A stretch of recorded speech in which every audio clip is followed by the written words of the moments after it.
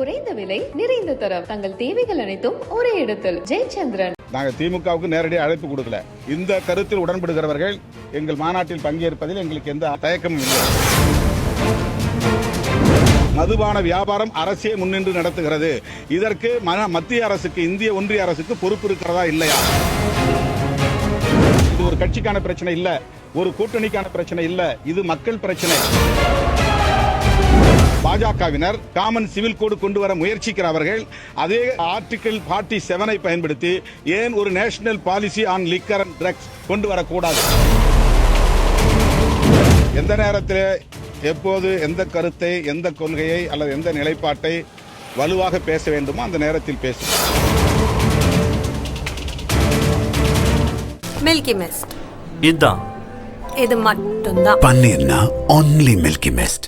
October 2ஆம் தேதி விடுதலை சிறுத்தைகள் கட்சியின் சார்பிலே மது மற்றும் போதை பொருள் ஒழிப்பு மகளிர் மாநாடு நடத்த உள்ள சூழலில் அந்த மாநாட்டில் 2 முக்கியமான கோரிக்கைகளை முன்வைத்து நாங்கள் பரப்புரையை மேற்கொண்டு வருகிறோம்.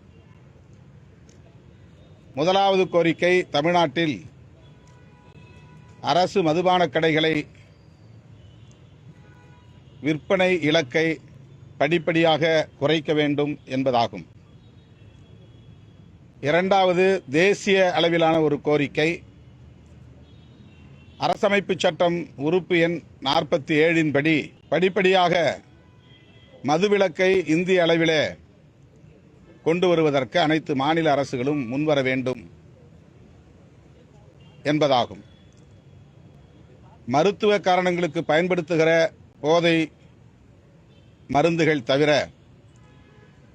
நுகர்வுக்கான எந்த போதைப் பொருள்களும் பயன்பாட்டில் இருக்கக்கூடாது, புழக்கத்தில் இருக்கக்கூடாது, அவற்றை தடை செய்ய வேண்டும் என்று கூறுகிற ஒரு பிரிவுதான் உறுப்பு எண் 47. அதனை பேரறிஞர் அண்ணா அவர்களே ஆதரித்து தேசிய அளவிலான ஒரு மதுவிலக்கு கொள்கை வேண்டும் என வலியுறுத்தி இருக்கிறார். திராவிட முன்னேற்றக் கழகத்தின் நிறுவனர், பகுத்தறிவு பகலவன் தந்தை பெரியாரின் தலைமை மாணாக்கர் பேரறிஞர் அண்ணா அவர்கள் மதுவிலக்கில் மிகவும் உறுதியாக இருந்தார், உடும்பிப்பிடியாக இருந்தார். அரசமைப்பு சட்டம் உறுப்பு எண் 47 எடுத்துரைத்து இந்திய ஒன்றிய அரசுக்கும் அப்போது அழுத்தம் கொடுத்திருக்கிறார். அதே கருத்தை முத்தமிழறிஞர் கலைஞர் அவர்களும் கொண்டிருந்தார், வலுவாக அதை பேசியிருக்கிறார். இந்திய ஒன்றிய அரசுக்கும் அதை சுட்டிக்காட்டியிருக்கிறார்.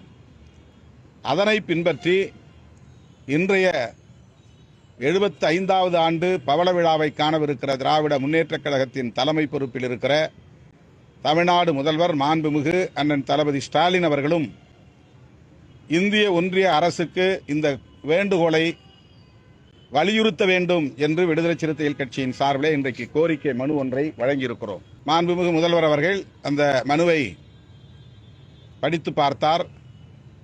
திமுகவின் கொள்கைதான் மதுவிலக்கு கொள்கை, அதில் எந்த மாற்று கருத்தும் இல்லை.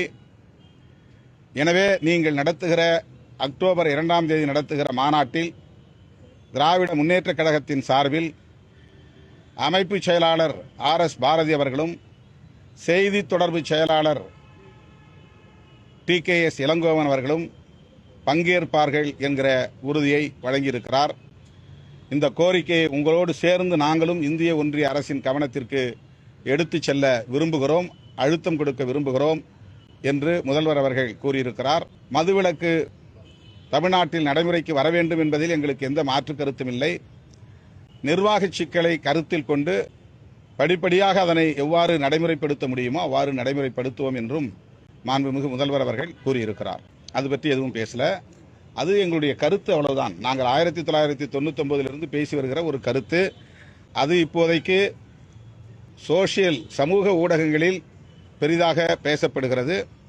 அந்த கோரிக்கையை நாங்கள் எப்போதும் பேசிக்கொண்டே இருக்கிறோம், பேசிக்கொண்டே இருப்போம். எந்த நேரத்தில் எப்போது எந்த கருத்தை, எந்த கொள்கையை அல்லது எந்த நிலைப்பாட்டை வலுவாக பேச வேண்டுமோ அந்த நேரத்தில் பேசுவோம். தேர்தலுக்கு இதுக்கும் எந்த சம்பந்தமும் இல்லை. இப்போ நாங்கள் நடத்துவது தமிழ்நாட்டில் ஆயிரக்கணக்கான பல்லாயிரக்கணக்கான கைம்பெண்கள் கண்ணீர் சிந்த வாழ்ந்து கொண்டிருக்கிறார்கள், அல்லல் பட்டு கொண்டிருக்கிறார்கள். அவர்களின் கோரிக்கையைத்தான் நாங்கள் முன்னிறுத்தி இந்த மாநாட்டை நடத்துகிறோம்.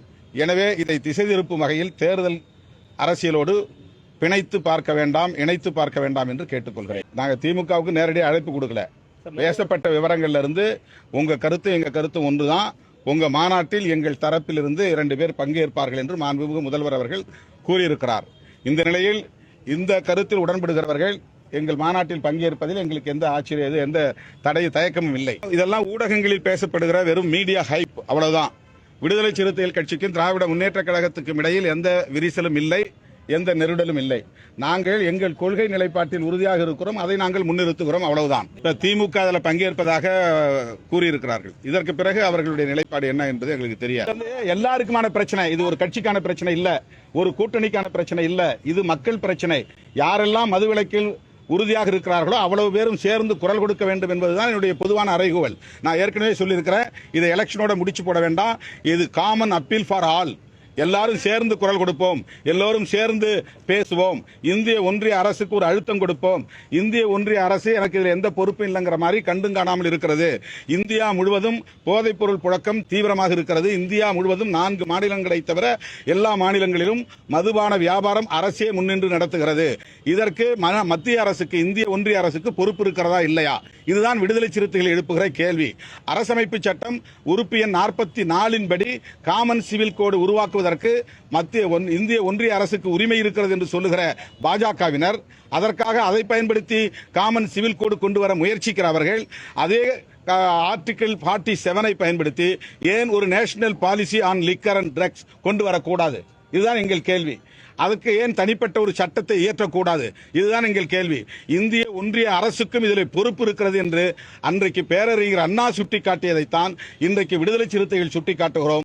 இந்த கருத்தில் திமுக உடன்படுவதால் எங்கள் மாநாட்டில் பங்கேற்க மாண்புமிகு முதல்வர் அவர்கள் உறுதியளித்திருக்கிறார். 2 பிரதிநிதிகளை அனுப்பி வைக்கிறார். குறைந்த விலை, நிறைந்த தரம், தங்கள் தேவைகள் அனைத்தும் ஒரே இடத்தில். Jayachandran Milky Mist. இதுதான், இது மட்டும்தான். பன்னீர்னா only Milky Mist. மின்னம்பலம்.com தமிழின் முதல் மொபைல் பத்திரிகை.